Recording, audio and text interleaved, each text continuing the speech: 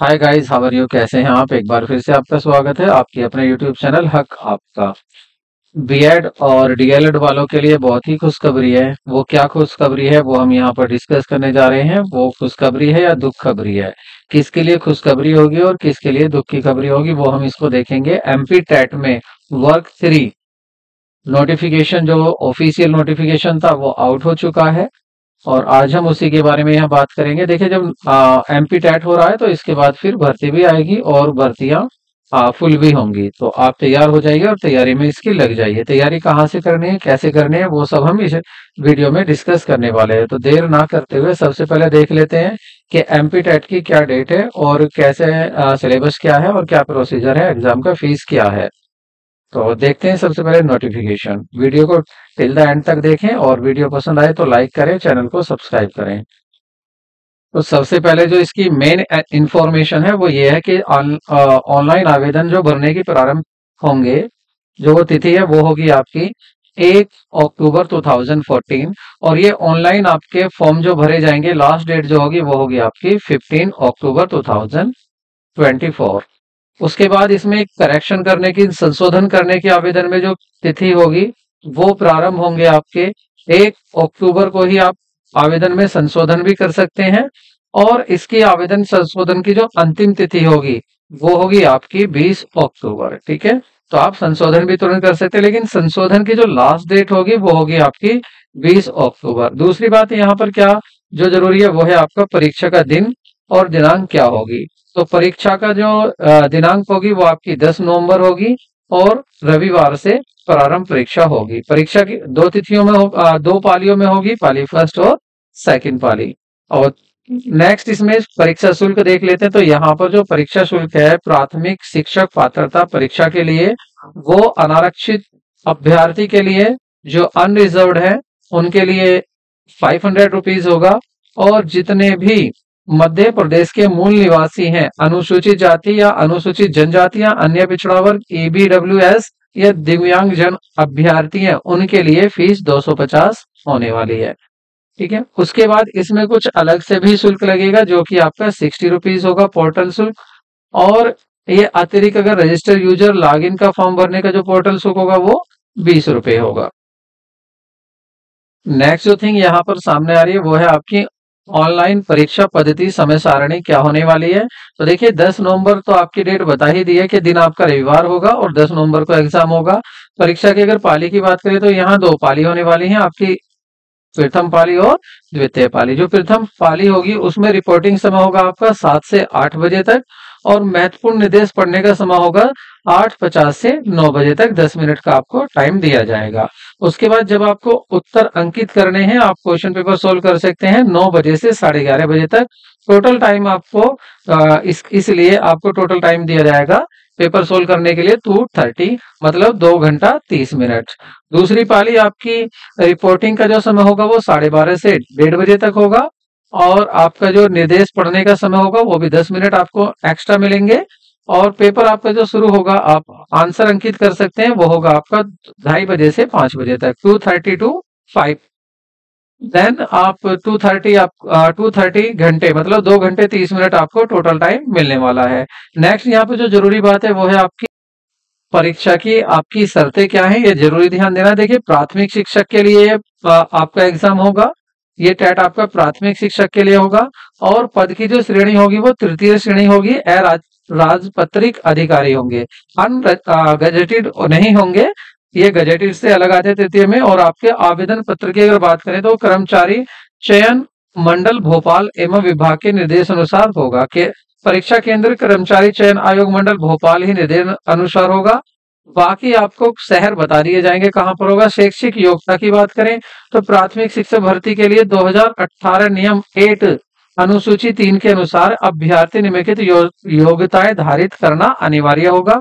कम से कम 50% अंकों के साथ या तो आपने हायर सेकेंडरी मतलब 12th पास की हो अथवा उसके कोई समकक्ष तथा प्रारंभिक शिक्षा 2 वर्षों का डिप्लोमा उसमें किया हुआ हो, या आपके 45% अंकों के साथ हायर सेकेंडरी होनी चाहिए और उसके साथ आपको राष्ट्रीय अध्यापक शिक्षा परिषद मान्यता प्राप्त द्वारा प्रारंभिक शिक्षा शास्त्र में 2 वर्ष का आपके पास डिप्लोमा भी हो, और अगर ये नहीं है तो आप 50% अंकों के साथ हायर सेकेंडरी हो, और उसी के साथ प्रारंभिक शिक्षा में 4 वर्षीय आपकी स्नातक की उपाधि मतलब BLED होना चाहिए। अगर ये भी नहीं है तो 50% अंकों के साथ हायर सेकेंडरी और उसके साथ शिक्षा शास्त्र में विशेष शिक्षा में 2 वर्षीय डिप्लोमा भी हो, तो भी आप इसको इस परीक्षा को देने के लिए पात्र होंगे। इसके साथ स्नातक अगर आपकी उपाधि है और प्रारंभिक शिक्षा में 2 वर्षीय डिप्लोमा है, तो भी आप इसमें बात ये याद रखनी है कि यहाँ पर प्रारंभिक परीक्षा होगी, इसलिए यहाँ पर बीएड वालों का नाम नहीं आया है। ठीक है, तो आरक्षित वर्गों की अगर बात करें यहाँ पर मेन क्या होगा, आगे बात करें अगर मेन क्या होगा, अगर इसकी प्रतिशत देखें कितने प्रतिशत पर पास होंगे, तो वो 50% होगा प्राथमिक के लिए, ये भी किसके, अनुसूचित जनजाति के लिए, और अन्य के लिए आपका 60% होगा। नेक्स्ट यहाँ पर आयु की बात करें तो यहाँ पर न्यूनतम आयु 21 ईयर्स होनी चाहिए, 21 वर्ष होनी चाहिए, और अधिकतम के लिए जो प्रशासन विभाग में नियम के अनुसार होगी, जो भी इसके प्रशासन के नियम है और भर्ती के, वही यहाँ पर भी अप्लाई होंगे। यहाँ पर अगर प्राथमिक शिक्षक के वेतन की बात करें तो वो 25,300 होता है, और प्लस उसके साथ महंगाई भत्ता भी मिलता है। नेक्स्ट जरूरी बात है आपके लिए कि यहाँ पर जो परीक्षा की प्रक्रिया क्या होगी। ठीक है, तो वो आप जो आपका ऑनलाइन आवेदन जो होगा, उसका आवेदन प्रवेश पत्र मंडल की वेबसाइट यहाँ से आप यहाँ से ही इसको देख सकते हैं, जो इसकी परीक्षा की साइट दी हुई है, यहाँ से आप इसको चेक कर सकते हैं। ठीक है, ये होगी आपकी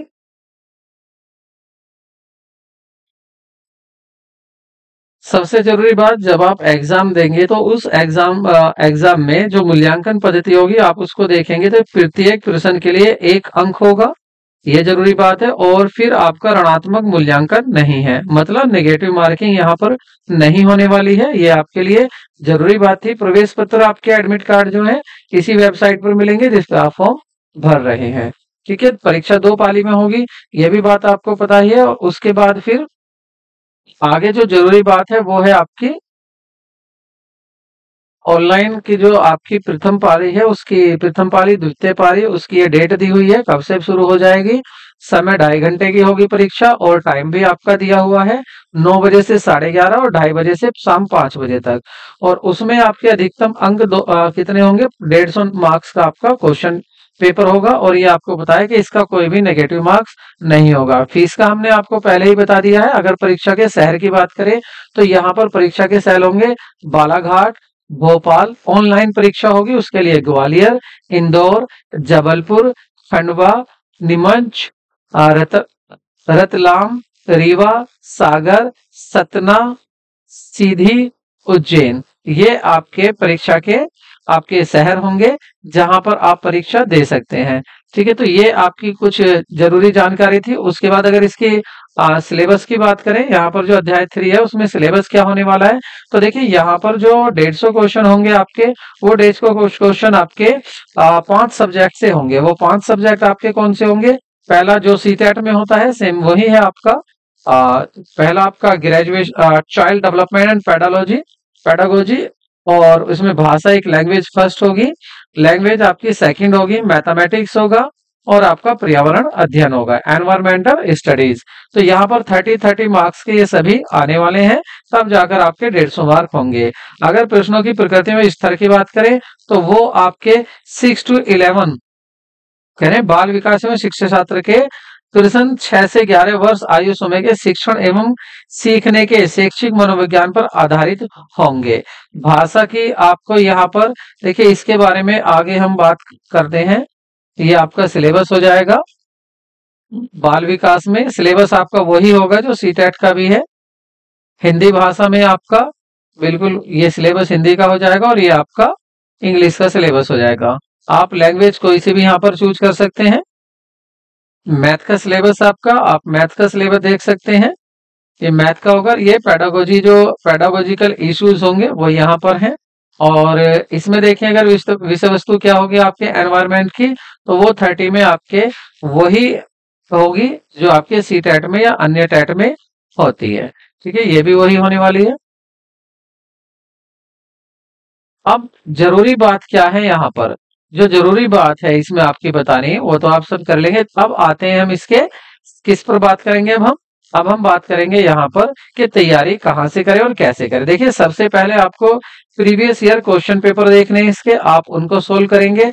उनको सोल्व करने के लिए आपका जो माइंड सेट हो जाएगा कि किस तरह के क्वेश्चंस पूछे जाते हैं। अब बात करें अगर फर्स्ट की, सबसे पहले आप तैयारी करेंगे अपने पेडागोजी की। तो पेडागोजी के लिए आप मीनाक्षी भटनागर की बुक पढ़ते हैं, भटनागर परिवार की, उससे आपके बेसिक कॉन्सेप्ट क्लियर हो जाएंगे। उसके बाद अगर एनवायरमेंट की बात करें तो आप जितने भी 6 to 8 क्लास की बुक हैं, आप बेसिक के लिए एनसीईआरटी की उन बुक्स को आप जरूर स्टडी करें। यहीं से आपके क्वेश्चन जीएस के पूछे जाते हैं। इंग्लिश की बात करें तो इंग्लिश में आप 8th क्लास तक की ग्रामर पढ़ सकते हैं और पैसेज 9th और 10th के आप इसमें पैसेज तैयार कर सकते हैं जो आपके एनसीईआरटी में है और सीबीएसई ने अपने पेपर में प्रीवियस क्वेश्चन पेपर में पूछे हुए हैं, उनसे आप तैयारी कर सकते हैं। हिंदी के आप भी तैयारी 9th और 10th की हिंदी ग्रामर में से ही करें और आपका जीएस मैंने बता दिया है। ठीक है, आप प्रीवियस क्वेश्चन पेपर जरूर सोल्व करें। अगर आप 10 ईयर के प्रीवियस क्वेश्चन पेपर सोल्व कर लेते हैं, किसके, सी टेट के 10 ईयर की, या आप पिछले अगर 10 भी नहीं तो आप पिछले अगर 5 ईयर में सी टेट के जितने भी एग्जाम हुए हैं, अगर आप इसको कर लेते हैं तो आपकी जो क्वालिफाई मार्क्स है वो आपके 100% आपको मिल जाएंगे। तो जानकारी कैसी लगी कमेंट करके बताएं और वीडियो को लाइक करें। ऐसे ही इंफॉर्मेटिव वीडियो के लिए हमारे चैनल को सब्सक्राइब करें। आपको पल पल जो भी अपडेट मिलता रहेगा वो हम आपको बताते रहेंगे। Take care, bye bye.